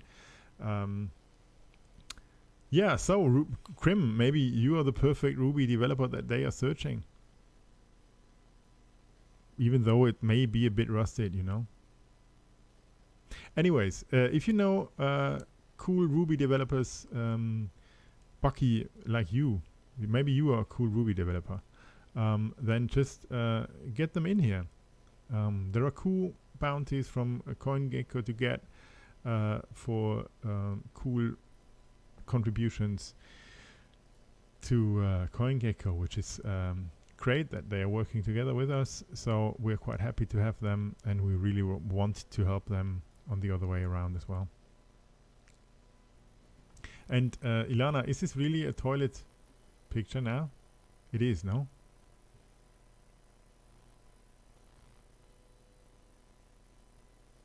And who is that on that picture?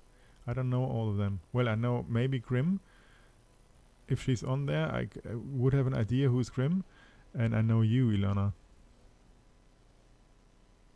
There is Redrika on the left. Ah, okay. And the other three? Well, I could try to zoom in on these cards. Ah, it doesn't work. I don't know why it doesn't work. On the other hand side, this may be creepy doing this live on air. So I'm just not doing it. Nomad Disc Soul 2. Redrika Krim. Yeah, I thought that this is you, Krim. I thought that much. Connect Economy and Nomadic Soul. Coruscate Texla. Ah. Very good. So, arrow down. Why an arrow down? Microphone, arrow down. Does it mean you can hear me any longer, or does it mean you don't want to hear me any longer? Which is a quite different expression. Ah, mic drop. Yeah, mic drop. Everybody needs to have a mic drop once or twice. You know, I'm doing that every day. Oh no, I don't want to ignore you. I ignored you on Steem Fest. If it's an expensive one. That's true. You should always only drop inexpensive mics, because the others, they are really you shouldn't drop them, because it's pain in the ass buying them again. I'm still wondering if I should buy that Yeti or not. But then again, looking at that cliff, yeah, I'm not gonna. Nah. Wait, I'm just.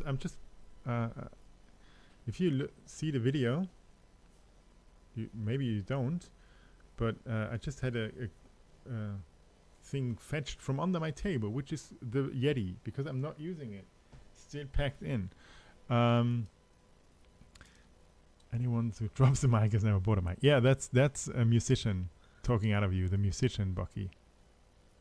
You promised that Yeti to me, by the way, and I never got it. That's true, but I took it home, and now I'll it's wrestle here. you for it, Diego. I'll wrestle you for it.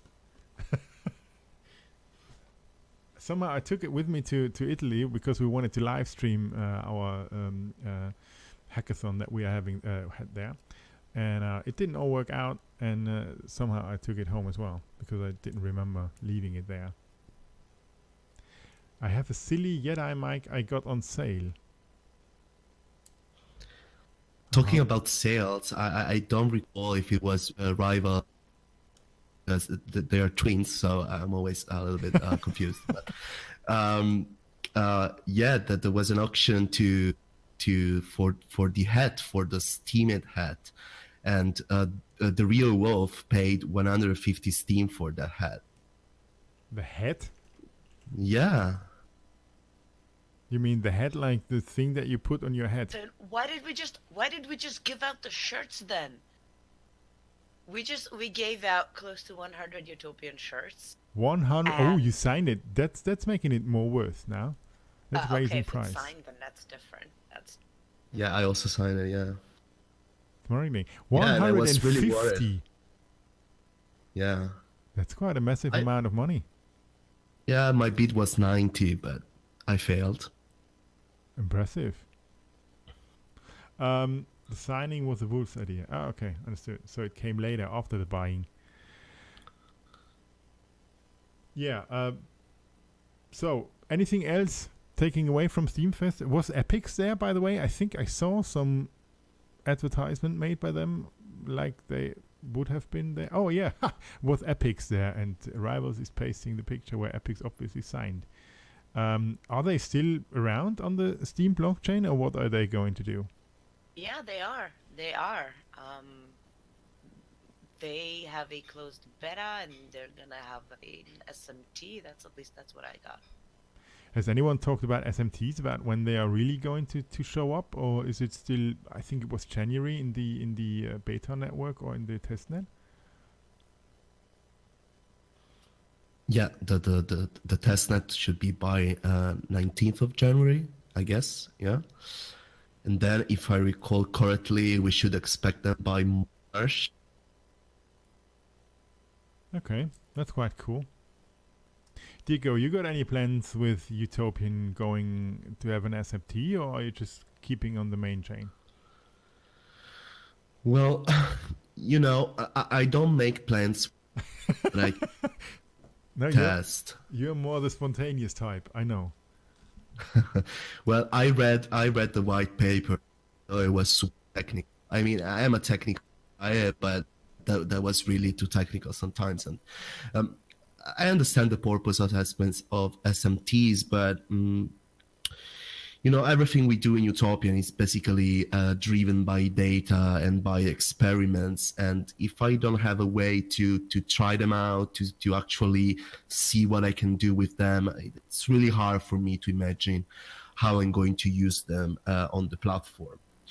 Well, there is definitely a plan for Utopian to have a token, and that they will definitely be a smart media token. If we end up having a token before when the SMTs will be released, then we will swap them later. But yeah, for now it's just in the air. There is really nothing planned so far about it. Yeah, but I didn't want to get to you into some kind of strange corner. I just want, you always have ideas. I know you, so I think it was a fair question to ask if Utopian is going down that road, but it does not need to be decided yet.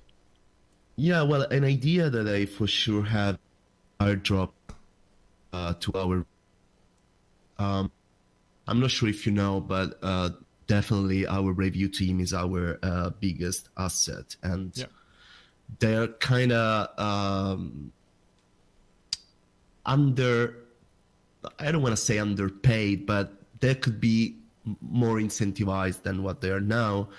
And of course, even if our power is huge, it's not huge enough to sustain properly the entire review team now. And I can't imagine what will happen when Utopian will grow, and that we'll have many more reviewers and many more reviews to do and many more contributions. So definitely one of the plans is to create, one of the ideas is to create a token that we can drop for our reviewers to better sustain the work with a stake that we actually own. Yeah, makes totally sense. Because not owning the stake is really some kind like giving a bit of an uncertainty into the this was probably also one of the main whether delegation is a way to create a sustainable business or not. And it may sound a little bit strange if I say that, because I guess I'm probably I got one of the projects with the biggest delegation so far, but I was never convinced that the delegation is a way to make a sustainable system business, and I will never be convinced about it. I mean, the problem with delegation is that it's first of all heavily unregulated, so we don't really know what is going to happen in the future with that. But on top of it, it can come and go away anytime. We actually experienced that, right? Yes. When Ned exactly. had to move his stake to the Mr. Delegation account, and he had to remove the delegation from us for over 1 week, and for us it was total mess, right? So even though I knew that before, when that happened, I was even more convinced that the delegation is not a way to create any sustainable business out there. So yeah, everything that we're doing Utopian is aimed to make us less dependent from that. Which definitely needs to be the way. Because it's just like Grim has said already as well, it's an incubator at best. So you get some possibilities that you didn't have before. With that stake, you can do a lot of things, but it's not sustainable, or it's not base of a sustainable business. Oh, Bucky, nice picture. Really, really impressive. Yeah, I think we would have totally kicked him out of the girls' bathroom. We would have totally kicked him out. Sorry. No. Nope. Yeah, and he's looking that way. Like you just are going to kick him out. Like, excuse me, does anybody have any hair? Yeah, you are a bit googly-eyed.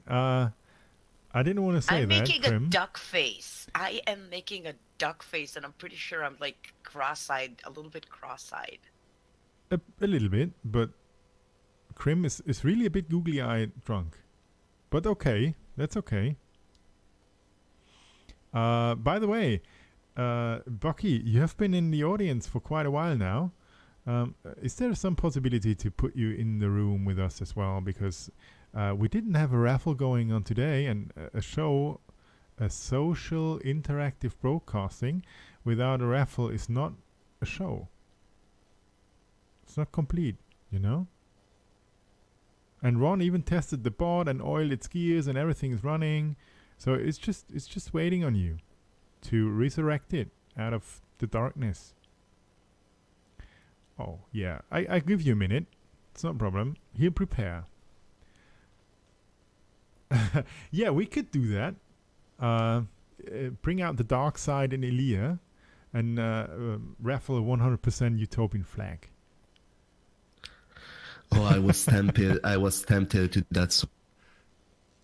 You were tempted to do what? Sorry, you're breaking up. Yeah. To use the Utopian account to flag something, and I'm always there. No, no, no, Diego, no, I love you. No, don't do this.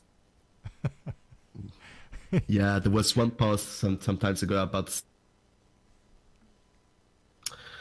Yeah, it was a hard time for me. Yeah. Yeah. You're I a was able strong to. man. You can do this. You're a strong man. I believe in you. Hang on in there. Oh, Buckyduddle, this is amazing. What just happened? Gray, what are you doing to Bucky and Grim? This is making a lot of sense now. Aren't you both Canadians as well? Can you do this out and about thing together? Yeah, we are Canadians, and yeah, that's all. Yeah, that's all you can say about that. Krim knows it all. That Krim understands my feelings, and that's the only one that needs to know. Yeah, that's okay. Ode and it's my ode and about.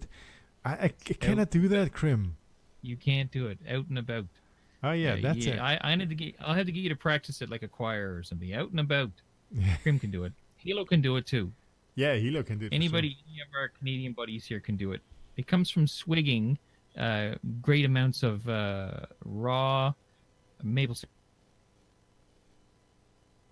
You're breaking up. I'm losing you, which is super bad because you're most likely talking a lot of totally interesting things. You're technically Canadian as well. I think my daughter. I think my daughter might very well be on watching Netflix, so I'm just getting her offline. What's that kind of what's that for a picture? What face are you doing there? Is this the duck face? The duck face with closed eyes? Closed eyes. Okay. Here's the thing. Here's the thing. Okay, I asked him if I could have a selfie, and he said, no, I don't do selfies. And then he asked one of the Steem Inc. girls to take a picture of us with my phone. And so I have two photos, and they're both awful. I have my eyes closed in both, and it looks good. This is, oh my goodness. Okay, this is pretty much what I looked like most of the time. Yeah, this indeed. Why? Yeah. What the hell? Yeah. Okay, what is that hat? I don't know. That's my Grumpy Cat hat. It matches my Grumpy Cat t-shirt. You look like one of those dwarfs we Germans have in our garden. Thank you. I take that as a compliment. I mean, in the first photo, standing next to Ned, I'm looking all professional. I got my hair brushed, and I got my most adult-looking shirt on. And then in the second photo Rivals posted, I'm being me. Okay, I got my Grumpy Cat hat, my Grumpy Cat t-shirt on, and I look like me rather than the, dressed up as an adult person. You got a picture with a finger from our pink hero. What have you been doing there? Oh my God, I'm still trying to get my head around how I don't do selfies, but I will hand the camera to somebody else to take a picture. I didn't ask. I I didn't. don't I just. understand that. I seriously is it ignored like it. I have a problem with buttons? I don't know. I think he just wants to make sure that he looks better than the other people in the photos always. It worked out. This is what I can say. It worked out. Because I don't know. Yeah. I don't know. I'm Oh trying to yeah, get I past that coat. photobomb. Okay, I'm trying to get past that coat here. Come on. I'm What? not giving you any slack. Look. I think you look great in both photos. Yeah, but me I too. like the cat Adorable. photo better. There are worse photos of me. First of all, I'm a professional photobomber. If I see someone with a camera, like complete strangers like on the streets and tourists, I will get into their photo and make a really stupid face, so that when they're going over the pictures, they'll see it and they'll laugh. That's kind of like one of the things I do. So at Steem Fest, like Lewis said that he has a lot of photobombs with me. Yes, because I really, really, really enjoy photobombing people. So yeah, but in terms of like worst pictures of me, I took a lot of drunk selfies, but luckily none of them show my dress at that party, and I hope like somebody has an interesting picture of me in that dress, because it's a really cute dress and I really like it. Oh yeah, that's the dress, but you can't really see oh yeah, I much. can see fingers and tongues, but dress, yeah, a bit. And there's Redrika in the background being very, very sober, extraordinarily sober. All right. Obviously we missed a lot, Bucky. Yeah, we did. Okay, so I just started the raffle real fast. Here's the question you have to type in. What after Krim posed in this picture in the can? What was the next thing out of her mouth? What did she say next? By looking at her face there, what did Krim say right after that photo was taken? What was the next thing that she said? Because she looks like she was right on the ball.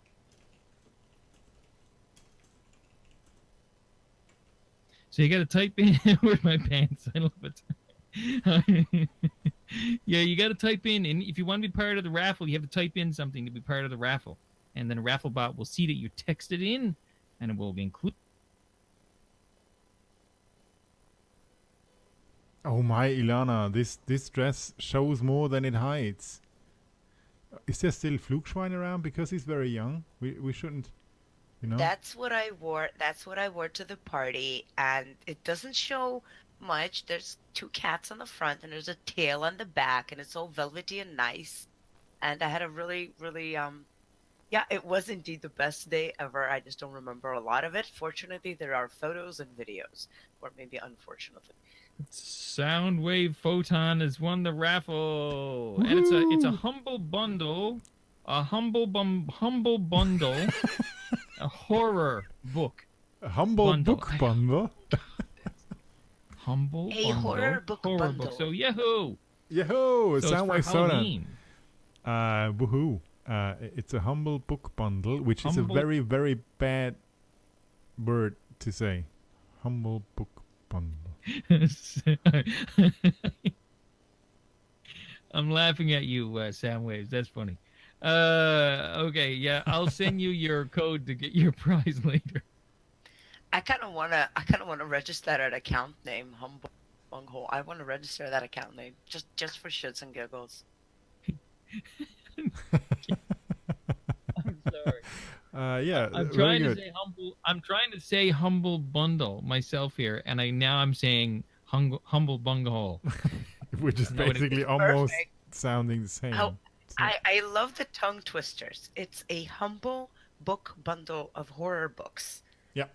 I love these tongue twisters. They're awesome. I like to also say that Soundwaves Photon said that Krim said, "Where's my pants?" after the photo. Yeah, that's true. That's not true. I was there, and I think she said something about actually coming there to pee. Is I this could be wrong. a wall you're leaning to or a floor you're lying on, Louise? It's a wall. People are licking wall. It was that kind of Steam Fest. Oh, Yeah, that's a tongue twister right there. yeah. And now I feel a bit relieved that I wasn't there, because licking walls is kind of, I don't know. It was made by salt. Oh, really? It was in the salt mine. Yeah. Did you get like tequila shots? Did you get at least like tequila shots? You take a shot and then you lick the wall. Oh, yeah, we thought about it, but we didn't bring that with. And they didn't serve any? That is such a loss. That's just like, that's so foolish. Everybody had to lick the walls. Yeah, please post your selfie, Krim. Of course you my can post your goodness, selfie. post how many You don't need selfies to you ask. Krim, you don't need to ask. Come on.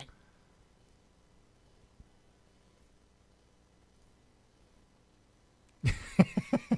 Oh yeah, obviously you need to There is shout no at us recovery. and need to recover from this.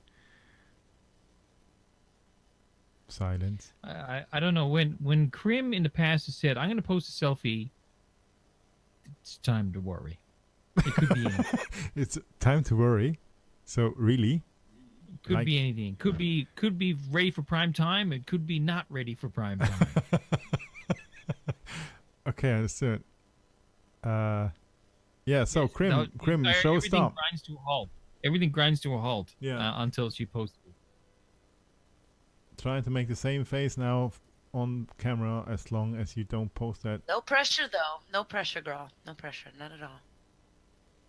We should have taken the selfie of ourselves when we were not at Steem Fest, Yeah, Jan. Good Me idea. and you, here on air, holding down the fort, doing our thing. Oh, We it was didn't do great. any We had a lot selfies. of fun. It was We had a great. lot of fun, but we were working. See, we were working. Yeah, while you were So we did. partying, obviously. No pressure at all. This one is great comparatively. Okay, one sec. Yeah, we are waiting. We are totally waiting. All eyes on Crimson Clad.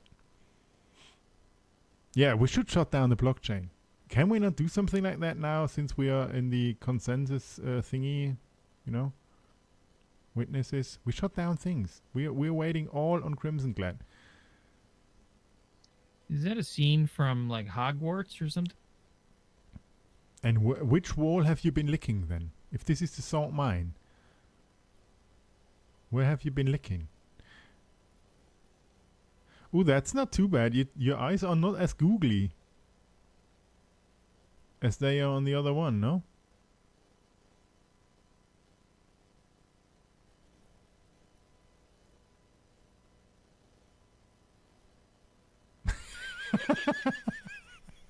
Ah, my goodness. Ron, what are you so what are you hinting at? You shouldn't. Bucky. So now there it is, and obviously it's halfway prime time ready. This is at least what I would say.